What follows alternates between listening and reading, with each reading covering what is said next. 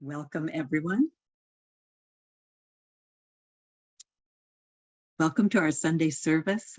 Happy Labor Day weekend to everyone, wherever you are, California, or in any state. It's good to see Lexi here from Virginia.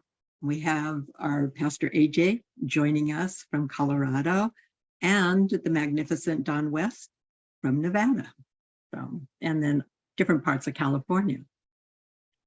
And during this continuing heat wave, I really hope everybody's staying as cool as possible. My name is Rachel Daniels. I am your worship associate today. And this is our last scheduled Zoom-only service. Next week, our beautiful fellowship building will be open and we'll be in person again. It's a hybrid service, so you can join by Zoom or you can come to the fellowship. Today's service is Creating Relationships, Creating Justice. We're lucky to have Pastor AJ Blackwood, the Executive Director of the Unitarian Universalist Justice Ministry of California, speaking to us today. We started today's service with 2 gathering music videos. The first was in honor of Labor Day, titled There is Power in a Union by Billy Bragg, which goes well with today's sermon of creating relationships and creating justice. Without unions and the collaboration and the relationships between the workers themselves, workers and employers, we would not have made the strides in social justice that we have made in the workplace and continue to make. The second music video was Give Me Shelter by Playing for Change. Well, actually it's by the Rolling Stones, but played by Playing for Change. And again, it's another fabulous example of collaboration and creating relationships across the world, making beautiful music together. And as you may have noticed, the Give Me Shelter music video started with an Irish proverb. I quote, "It is in the shelter of each other that the people live," end quote. We are not isolated beings. We need each other. Our main doctrine in Unitarian Universalism is love. We care about you and accept you for who and what you are. We recognize that each of us is on our own unique spiritual journey. We share the values of the 7 principles that UUs affirm and promote. And then we also come together on Sundays because we like each other. We like being here on Sunday services. We like the community. We like our guests. And we welcome everyone. I think today's sermon focuses primarily on our first, second, and 6th principles. The first principle, the inherent worth and dignity of every person. The second, justice, equity, and compassion in human relations. And the 6th, the goal of world community with peace, liberty, and justice for all. Creating relationships and creating justice.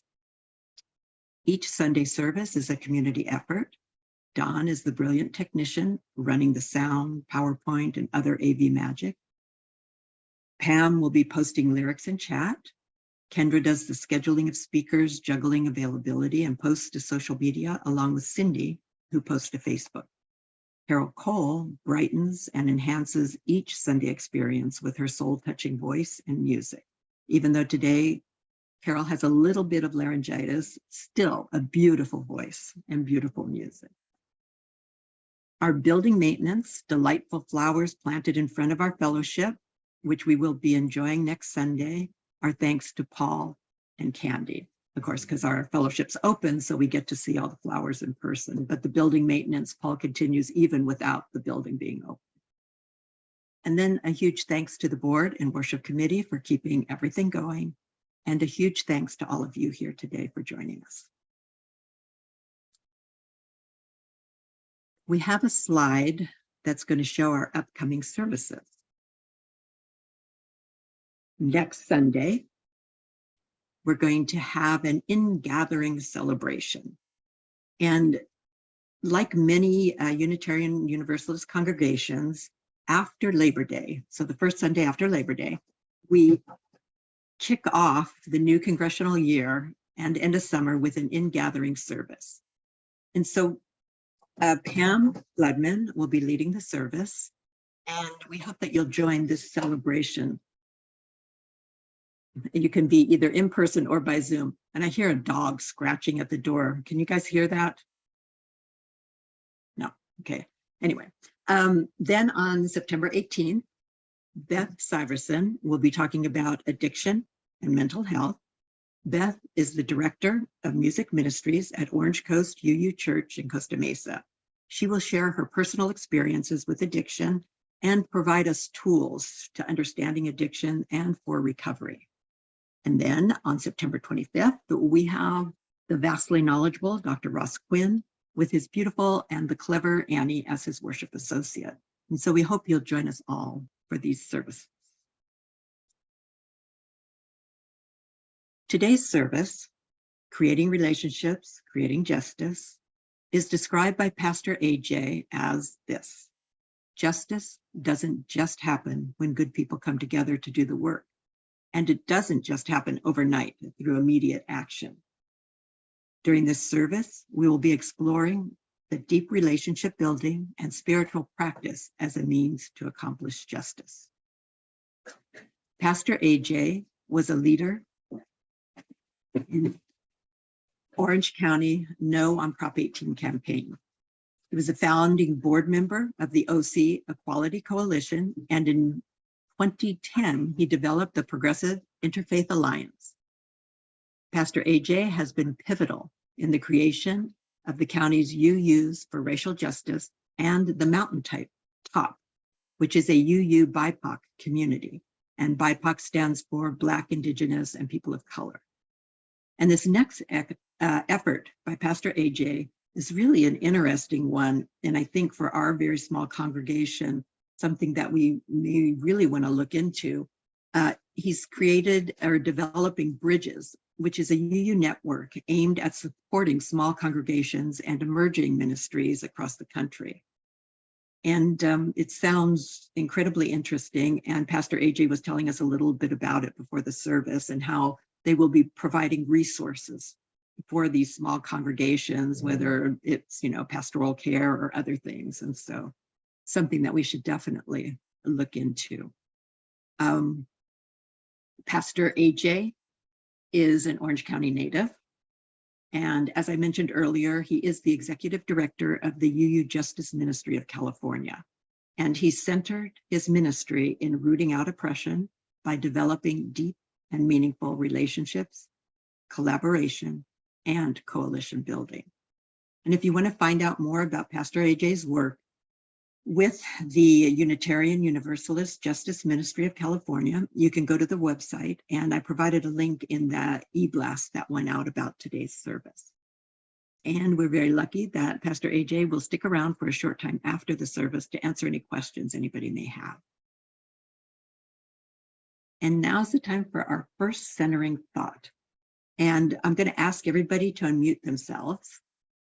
And this first centering thought, which we'll be reading together, I saw it on a news program. And the quote is from this, well, actually it was on a t-shirt. So it's from the Special Olympics Unified Sports. And the Special Olympics Unified Sports, they create teams by bringing together team members, some with intellectual challenges, some without intellectual challenges or other challenges, and they match the teams by age and ability. And then by training together and playing on teams together, they build important relationships and create a path to friendship and understanding. They say that their only opponent is intolerance. So again, I hope you all have unmuted, and please let's read the first centering thought together. Okay, ready? Okay. Changing the world is a contact sport. Game on. Thank you. And stay unmuted because we have a second centering thought. Okay, are we ready? We're going to again read this together. Now if you listen closely, I'll tell you what I know. Storm clouds are gathering. The wind is gonna blow. The human race is suffering. And I can hear the moan. Because nobody can make it out here alone. Thank you. Now we'll mute again. And we go to Pastor AJ for our call to worship and chalice lighting. So good morning, UU Fellowship of Laguna Beach, and apparently Sepulveda UU. Welcome you both. So good morning, justice seekers. Good morning to all our siblings who are not with us today. I invite you to join us on this land that was created by divine light. Welcome from anywhere you are on Turtle Island, whether it's from the north, south, east, or west, or center. Join us on this holy land. Welcome into this spiritual home to be celebrated, loved, and cherished. And I, as the infinite generations before me have done, I welcome you to this space of beauty and peace. I invite you this morning into this sacred space as we light our chalice. And if you have a chalice, I invite you to light your chalice with us as we join on this journey, this beautiful Sunday morning. I invite you this morning, you who come to be inspired by this community, come into this house where we celebrate our time together. You who come to be strengthened by sharing together in story, come into this house to share your story. You who come to be challenged, come into this house and to hear and see and feel not the obvious, but instead the subtle, not the heard, not the seen, not the felt. As we light this chalice, come into this house to be received and to receive. Thank you for being here today. Today on this Labor Day weekend, we will hold in our hearts and seek out a conversation about justice ministry, not only as action of people, but as a spiritual practice that centers on community connections and relationship building. Justice ministry is a ministry of accompaniment, where we accompany each other in the work, as well as those that we serve in their struggle to be liberated from the sins of the oppressors in our midst. And today we especially hold those who are not treated justly by their employers and labor systems and are abused. I hope this time together will be challenging and also enlightening. Welcome to our sacred space where we confront pain with compassion, injustice with justice, and individual passion with community strength. Join us for this celebration of life, relationship, and connection.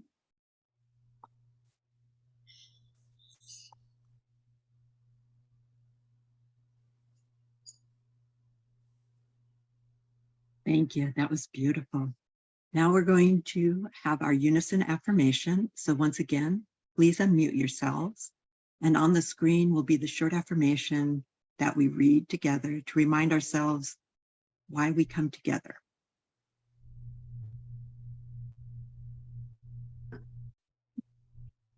And all together, love is the spirit of this fellowship, and service is all. This is our great covenant, to dwell together in peace, to seek truth and love, and to help one another. Thank you. Now, please, we'll be all muted while we turn to Carol, our wonderful music director, for When the Spirit Says Do. We'll be singing 3 verses. It'll be when the Spirit says do, when the Spirit says help, when the Spirit says love, and the words will be in chat. And again, but we'll be muted. Good morning. Hope you're going to have a good weekend. Please join me with When the Spirit Says Do.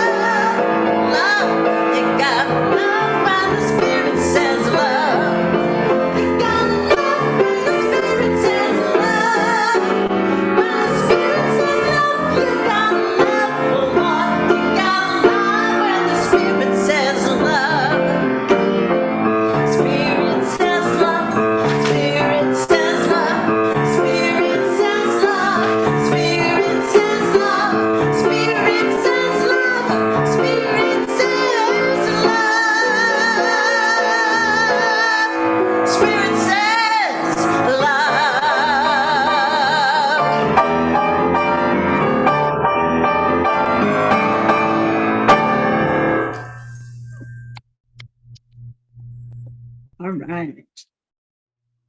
Thank you, Carol. I tell you, for having a bit of a cold, you can really sing, woman. Beautiful. Thank you. And play. Now is the time for our spoken joys and sorrows.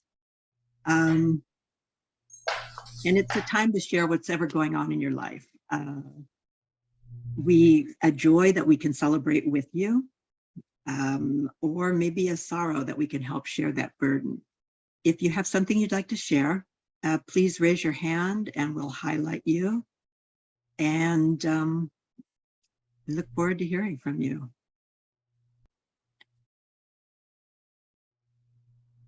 Now is a time that we support the fellowship and with our financial support. So we're going to put up a slide that shows ways to donate to the UUFLB, and this same information is in the e-blast about today's service. And if you're sending a check and if you're donating to the windowsill repair fund, you can make a note of that on the fund or just let Tom know.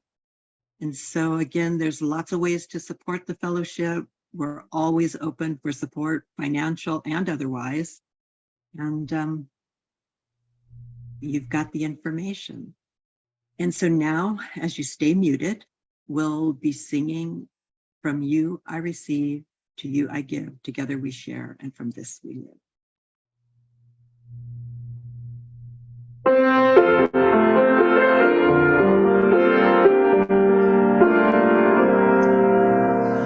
From you I receive, to you I give, together we share, and from this we live. From you I receive, to you I give, together we share, and from this we live.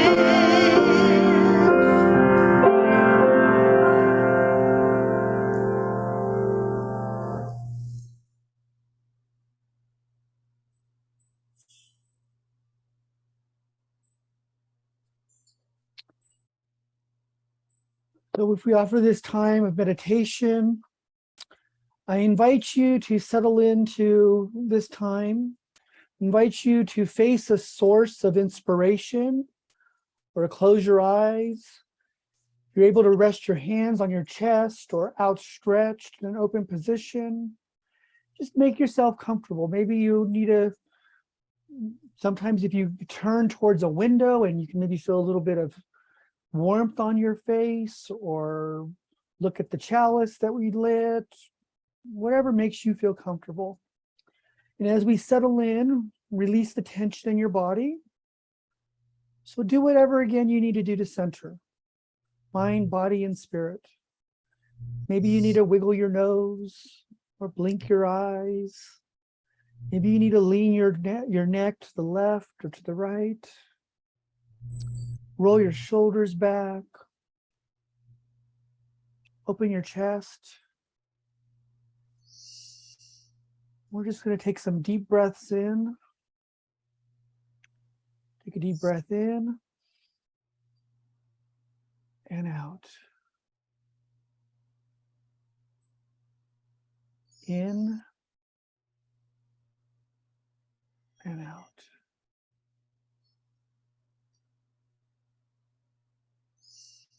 In and out.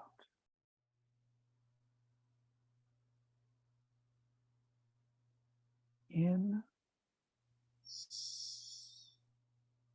and out. One more. In and out.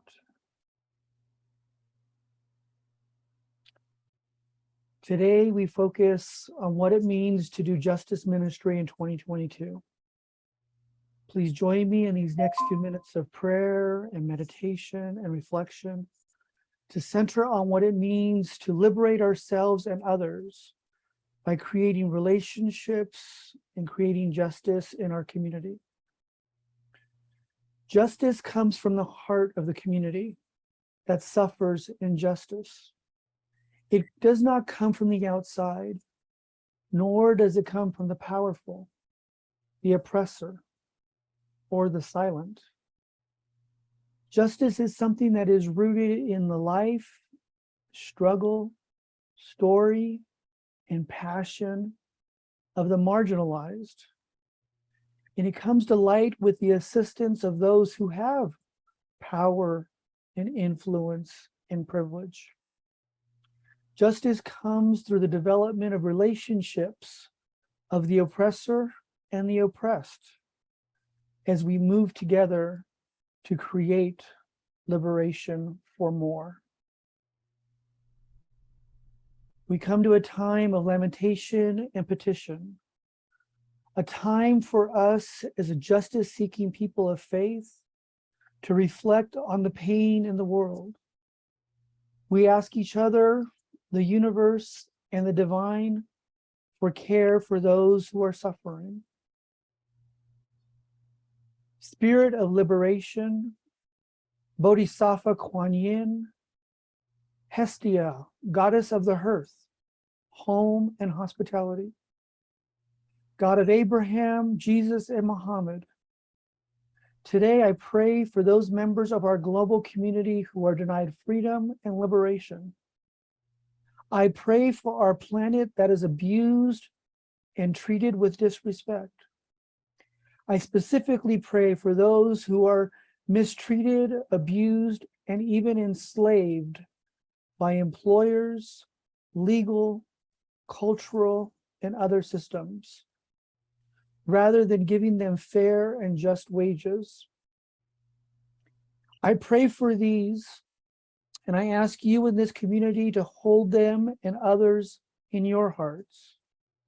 Those who are traveling from their homes to faraway lands, not by choice, but out of necessity to find more opportunity in life. Those who have been abused throughout the ages for being their authentic selves when it comes to their identity, sexuality, and who they love, especially those who have been abused by church, family, and community. Those who are having their right to control their own bodies denied as they attempt to make health decisions that support the needs of their own personhood and families. For those who have darker skin, maybe black or brown, and suffer far too much at the hands of our legal systems without justice. And finally, I ask you to hold our planet in your heart as she becomes more and more weathered by our neglect and abuse. Spirits, gods, goddesses, siblings in faith, we ask you to bring all of these people into our communities to be welcomed with open arms of mercy and compassion, rather than questioning, requests to be taught, or viewed with pity. We ask that you grant us the blessing of your compassion and mercy as we do the good work of opening our hearts, homes, so that we may build strong relationships and liberating communities. We ask that liberation flow down upon us as the waters that quench our thirst and replenish and refresh all that we do. In many cultures, including my own, we believe that to speak out the name of a loved one with intention gives them great power. Beloved members of this gathered community, I invite you to speak peace and love into the world by speaking of those who you know are suffering from injustice, whether that be an individual or a group, those who are doing the work to liberate, or anyone else you are holding in your heart as we send positive energy into the world. As I invite this singing bowl to speak for those who are not mentioned today, I invite you to unmute yourself, to just offer a word, a name, a group that you would like to hold, and I will invite the singing bowl to sing for us.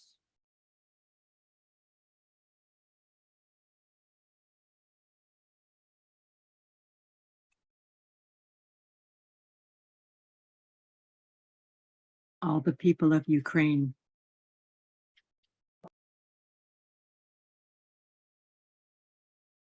all who are lacking shelter and are seeking it.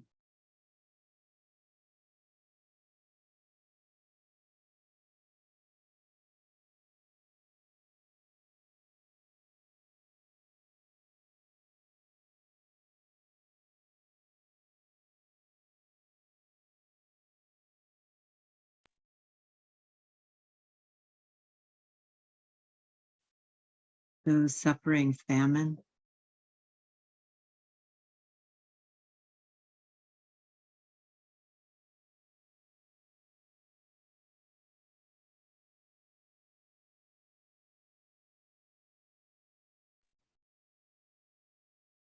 all those seeking a just and equal opportunity.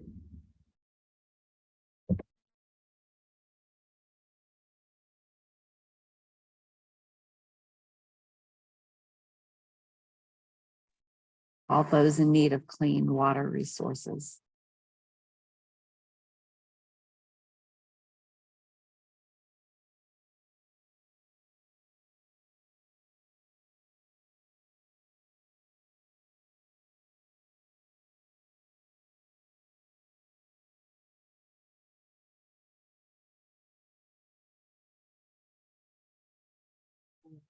All of those who have felt that they are unworthy of themselves.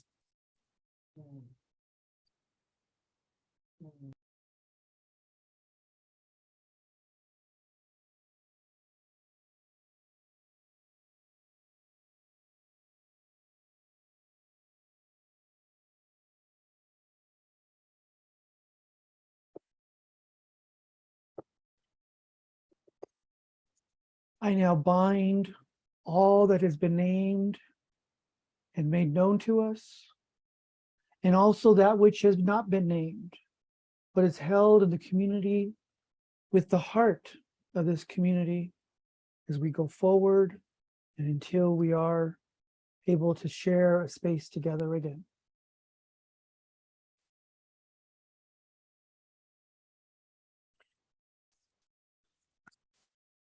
We'll start my message to you today. Good morning again. I feel like I have a lot to live up to because the last time I was with you guys, I gave the Star Wars message that I had for you, and that was a big deal for me. So hopefully I can live up to that space. But I would like to thank Kendra for reaching out to me to share this time with you, and Rachel and Carol and Dawn and Pamela and the rest of your Sunday morning crew for generously welcoming me to this space and bringing you together for this service. So where to start? You were giving a little bit of a bio for me, but I wanted to just give you a little more background. Some of you know me, and some of us have known for a long time, almost going on a decade or more.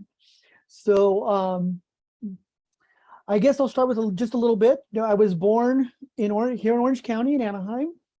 I started my ministry in the Roman Catholic tradition with youth and young adults and queer LGBT plus ministries. Yes, you heard that right. I started with several Catholic queer ministries here in conservative Orange County in the 90s.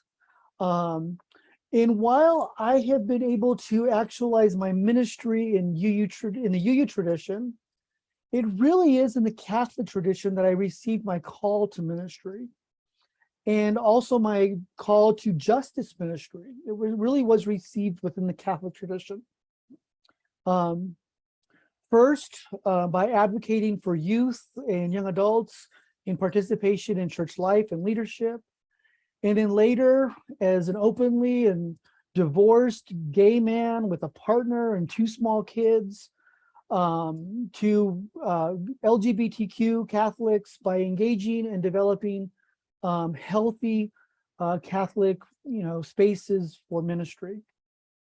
In 1995, I started an open and affirming ministry called Koinonia, which means community in Greek. And over the next 10 years, we worked to transition Orange County's queer ministries, Catholic queer ministries, away from reparative therapy, which happened in Newport Beach. That's where you were sent. If you came out as gay and Catholic or any type of queer, you were sent out to Newport Beach to one of the churches down there to be converted back to straight or whatever that meant. And then, but by the end of the 10 years of us doing this work, and in 2010, we were able to transition that ministry from reparative therapy to Koinonia and to several churches, St. Timothy's, which you may all know in Laguna, St. Bonaventure in Garden Grove, St. Simon and Jude at Huntington Beach, St. Anne's in Santa Ana, St. Irenaeus in Cyprus, all had open and affirming queer ministry programs where you could come as you are. And by 2010, we were successful. So why am I telling you all this? I'm telling you all this because it's a foundation for where I am today as the executive director of UU Justice Ministry of California. And it's our model for you doing justice work. The queer ministry that we did, that work that I did in the Catholic Church and accomplished back in the day was not, and I'll repeat this, was not accomplished by a group of well-meaning people, who did work to serve the marginalized community. It was done by a community of people who built deep relationships with each other on both sides, both in the queer community and in the Catholic community. The marginalized with the larger community members and the larger dominant community members with the marginalized. It was a time of patience, struggle, heartache, lots and lots of listening and sharing and empathizing and growing together. And none of this was quick or easy work. Our goal at the time was just to establish Koinonia, a single community that was operated out of the Sisters of St. Joseph of Orange, out of the Mother House, for a small group of people to be accepted. In the end, we had several ministries across the county, and we changed the idea of what was to be happening with relationships with queer people from reparative therapy to people being welcomed and open in relationships, in several congregations across the county. None of this was easy work. And it was with the sentiment of the words of Theodore Parker that a slow bending arc of the moral universe bends towards justice. And while I agree with Parker that we cannot calculate that curve, we do believe that we have the means to bend the arc and to push it forward. Now, most of us will probably want to say that we bend the arc with action. We bend it by struggling for justice and rooting out justice in all of its forms whenever and wherever we see it. And I agree that we have to do this work. We cannot sit idly by and let injustice continue around us, lest we become accomplices to that injustice by our silence. And in the end, we side with the oppressor. And while I think that the work towards justice is admirable and it's the correct motivation to build the arc and to bend that arc, the ministry of justice, if it is to be long lasting, is rooted in something much harder to attain. Bending the arc is rooted in the deep bonding relationships and breaking down of barriers that we surround ourselves with. This is what happened to me in my work in the Catholic Church in the 1990s. And then again in 2008 with marriage equality campaigns. You see, in the 1990s, I had to rely on my previous relationships with Catholics to accept me after I came out as a gay man, trying to influence and build trust with them. I had to use every fiber of understanding of what it meant to be in relationship. In 2008, I had to rely on my relationships with queer people, with LGBT plus people, to try and let them trust us, Unitarian Universalists, trust us good church folk, that queer people don't want to trust. And it is in the second instance of trust building that we had to convince queer people that they could trust us. And this was not an easy task. It was kind of easier on, within the Catholic Church, because I took the dominant group and said, you got to trust the marginalized, which that was easy, right? Like, as good Christian folk, you're supposed to defend the marginalized and the oppressed, and that's good Jesus work. So that was a little easier. But now to tell the marginalized group, queer people, that you're supposed to trust the dominant group, you're supposed to trust churches who will so quickly not only deny you the right to marriage, but dehumanize you and deny you of your dignity. And I'm supposed to go to this marginalized, smaller group and say, trust us, church folk. It's hard. But we started this process. We started this process by inviting queer people into conversation with church folk and with religious people. And then we hosted phone banks. We hosted them at Orange Coast and Costa Mesa. We hosted them through in Irvine. You guys hosted them in Laguna. And that sort of worked. It sort of started to break down those barriers. I mean, queer people couldn't deny that there were good church folk doing the work and willing to help. After all, the phone banks and the campaign headquarters were being held in your churches, right? And they were being held in Laguna. Those town halls were being held at the fellowship. But I remember one night at Orange Coast, we held a phone bank and over 200 people showed up. It was the most people I've ever seen at that congregation. And most of them were queer, and they came out to call voters. And immediately after that event, I had a conversation with some gay friends of mine. We were out in the parking lot, and they were telling me how uncomfortable they were. Some were outright angry. I mean, they were angry that they had to come into a church to phone bank. They were broken. They were hurt. And the last thing they wanted to do was come to a place that symbolically was the place that was causing them so much pain and the center of denying them their rights. Like I say, this sort of worked, but it wasn't the be all end all. This was just the beginning. You see, most churches after Prop 8 just kind of fell away from marriage equality as a justice issue. The election was over, it was in the hands of the courts, and lots moved on to the next issue. But Orange Coast and Fullerton and Anaheim and Tapestry and you all were there. You stuck it out. You were in it for the long haul. And so the Saturday after the devastating loss, a group of queer leaders met to devise next steps. And I was one of them. And there were many others out there. I was one of many others out there who we had only met in passing. I only met these people in passing at Orange Coast. But now we had a deeper mission to accomplish. And we asked, how could we do this? We formed the Orange County Equality Coalition and later Progressive Interfaith Alliance, which I know that some of you took significant roles in. And again, it sort of worked. We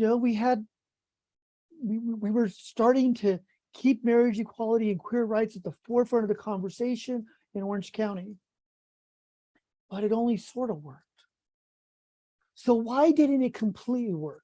It was justice, it was right, it was good, it was liberating. So why didn't it work? It was just the start. Yes, we had built some coalitions. Yes, we had built some community. Yes, we had built some working relationships, but they were fragile. There was infighting, there were factions, there were people who didn't want to work with church folk, and they didn't trust us. And there was, don't even get me into, well, the gay men fighting with the lesbians, fighting with the trans people, don't even get me into all of that. All of this was a true fragile coalition. Some people wanted church folks out completely. If we were going to be running or queer organizations, there could not be any church talk or church people there. There was a lot of work to be done. And if we had to do this work, we had to change not only the narrative, but also the relationship. We couldn't do that at a surface level. If it was to happen, it had to happen at a much deeper level. So how did we do it? One way we did it was just getting to know each other, showing up. A few other ministers, like Reverend Kent, who was your minister at the time, and myself and Reverend Karen Stoyanov, we reached out to our colleagues and others. We twisted arms and we pressed people to show up. But not to just show up for the rallies and the protests and the street corners, because people showed up for that stuff. Good, straight people showed up for that stuff. But we got people not only to show up at the courthouses, but also to the gay bars. We went to brunch. We went to happy hour. We went to birthday parties and anniversaries and other celebrations. We started to host memorial services, attending Transgender Day of Awareness as a vigil service, not as a protest. Our UU congregations marched and fundraised together as Team UU. Maybe some of you were there when we walked all 5 congregations at Orange County AIDS Walk. And we helped to organize Orange County Pride. That came out of leadership out of our 5 congregations in Orange County. Pride being restarted. We became not colleagues in the work, but friends. Many of those friends that still endure today. This is what worked. Before we knew it, we had a huge coalition from queer organizations, labor groups, Planned Parenthood, teachers unions, politicians, religious folk, from Unitarians and Christians and Jews and Muslims and pagans and atheists, all coming together. People were coming together not just to work on marriage equality or any specific issue, but to celebrate each other and build a beloved community here in Orange County, a community that looked different. Many of you, I'm sure, have seen some of the outcomes of this work, including the development of Orange County Pride, which marches down, which I think is just so poetic, which marches down Main Street, USA in Santa Ana.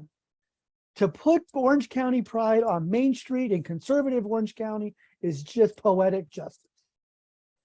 It led to the Eid Festival in Anaheim being supported by the queer community.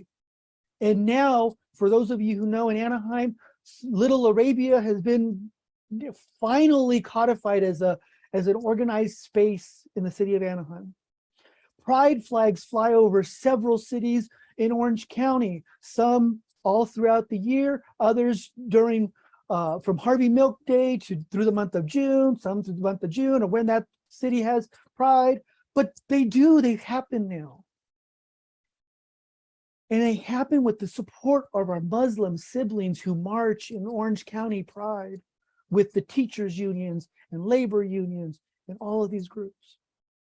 The January women's marches in Santa Ana, led by Planned Parenthood, were developed by Orange County Equality Coalition and Progressive Interfaith after Trump was elected. The next week after Trump was elected, these groups got together and said, we need to make a statement. And out of that came the Orange County Women's March down in Santa Ana. And that march became a space of coalescence. We had a joke at one point, like if it was how do you get the labor unions and Planned Parenthood and the teachers unions and conservative Muslims and politicians all together at a gay bar on a Sunday afternoon? Call AJ. That's how you do it. Because Progressive Interfaith and OCEC were organizing. And again, we did this vigil and structural service around that space to build forward. I won't say out loud, we changed Orange County from red to blue. You'll know what that means. But I tell you that this because it becomes it's the continued model of UU Justice Ministry of California. Over the past few months, we've had a bunch of people coming to us saying, what's going on because of the SCOTUS decision with Roe and Dobbs? How do we protect reproductive rights? How do we make big statements and actions? What are we doing? How are we going to make these changes? There's so much work that needs to be done. And I've had to ask people to slow down.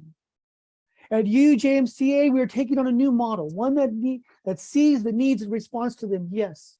But more importantly, is focused on building deeper relationships that may be slower, but have longer, far more reaching effects than we ever thought. We'll be working on deepening our relationships with and supporting relationships between our congregations. We want to support that at UJMCA.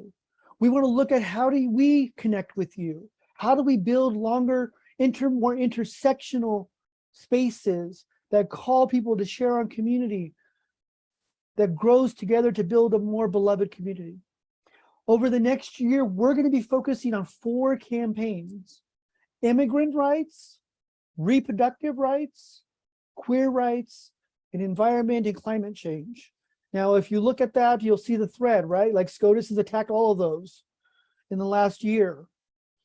We see these as potential and proverbial writing on the wall that we're going to have to ramp up these campaigns of connection and intersectionality.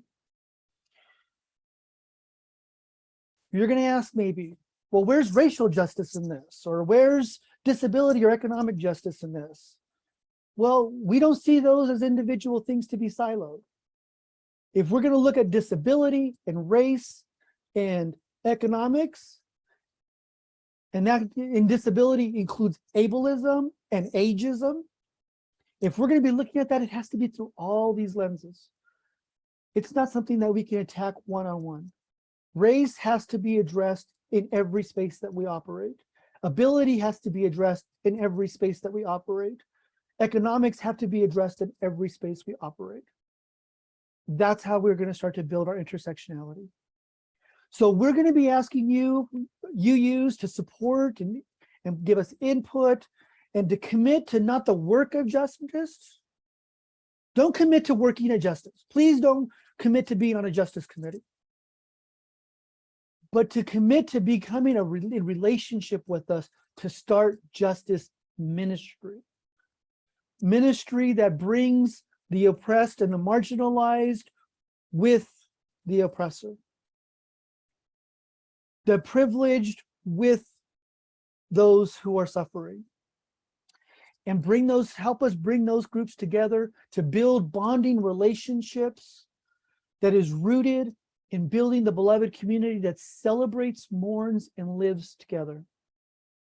I'm very excited to tell you that our Immigrant Justice Action Team is developing one of our up and coming projects for the spring is going to be building a house in Tijuana as part of our UU Borders pilgrimage program. You may have done border pilgrimages in the past. They've been a lot based on education. We did some virtual ones. And, again, a lot about education, and you can go take that back to your congregation. And now this new program is we're going to go and act. So we're going to invite you to contribute into that space, to actually go out and to build a relationship with this small town that we're going to hopefully start to build some houses in. So how will this all work? It'll start with you and me. It started by me sharing my story with you, and I hope to hear yours. I hope that it continues to build deeper relationships within your congregation and with us, me as a person, as an individual, not just as an organization. And we get to know each other and celebrate with each other, our families and our friends and our pains and our stories and our sorrows. And one way we do this is by you reaching out to me directly, and I will put into the chat my email and phone number where you can contact me. You can let me know what's going on in Laguna and at the fellowship, and let me know how we can support you or what you need. And you can volunteer. If you want to get involved in any of this, and if this relationship building piece sounds important to you as a way to get to justice, then we are going to be expanding our leadership teams. We're going to be increasing the number of our board members. We're going to be developing a vision and values team. We're developing a youth advisory team for our high school students. And we have now youth worship that's happening. We have, and we're going to be developing we have our immigrant justice team is up and running now. We're going to have the 3 other teams in the 3 other areas. Again, reproductive rights, queer rights, and economic, and in the environment. We're going to be developing those core teams if you want to be involved. But most importantly, I ask that you look out and figure out how can we build relationships around justice. Relationships that are intersectional, relationships that help us grow in depth, that help us grow in a space where we can just love each other. And by loving each other a little bit more, we can go out and grow. And that was a way longer message than I had for you. As some of you know, I write a script and then I go off of it. And sometimes I write a script that is just notes. And I had a full script that I thought I was going to stick to today, and I'm way off. So I apologize for any of that. But I invite you to help me build relationships where we can create justice. And I'll close with saying, blessed be.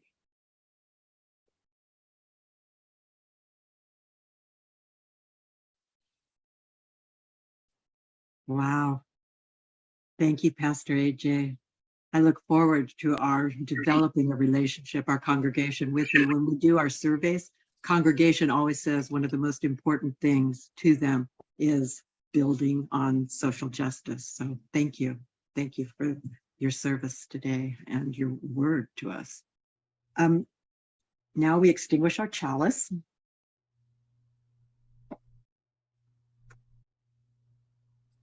And our chalice extinguishing words are, do not be dismayed by the brokenness of the world. All things break and all things can be mended. Not with time, as they say, but with intention and action. So go, love intentionally, extravagantly, unconditionally. The broken world awaits in darkness for the light that we carry with us. And that light in you is you. Now we'll go for our closing hymn. And Pam will have the words in chat. Closing hymn is We Are Building a New Way, and we'll be singing 3 verses. You'll all be muted, but please sing along at home.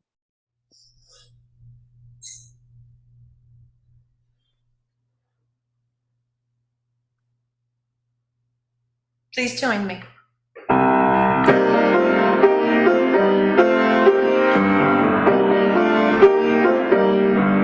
We are building a new way. We are building a new way. We are building a new way. Feeling stronger every day. We are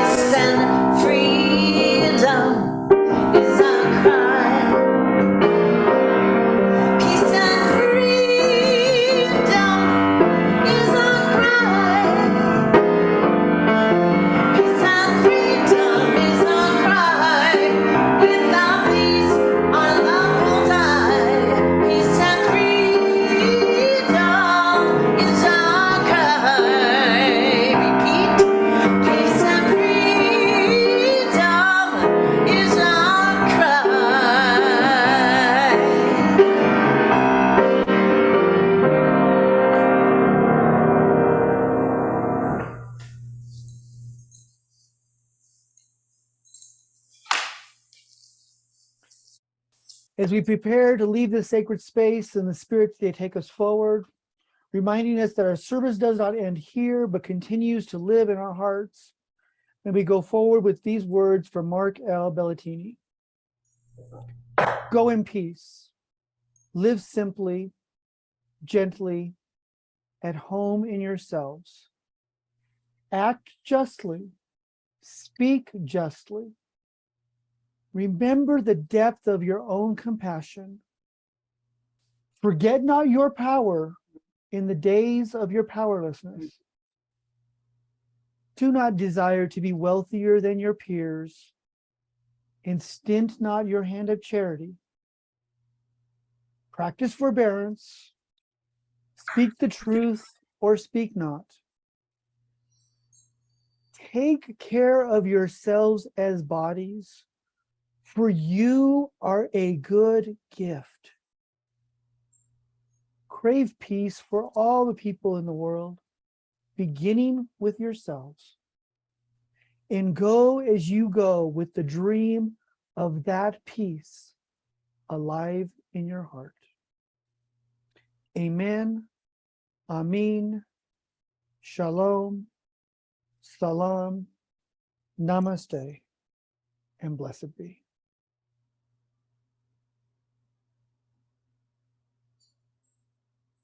Now we'll join our hearts as we stay muted, and we'll sing along as Carol takes us out with Let There Be Peace on Earth. And remember to stick around because Pastor AJ has agreed to stay for a few moments to answer any questions, comments that we may have. Carol?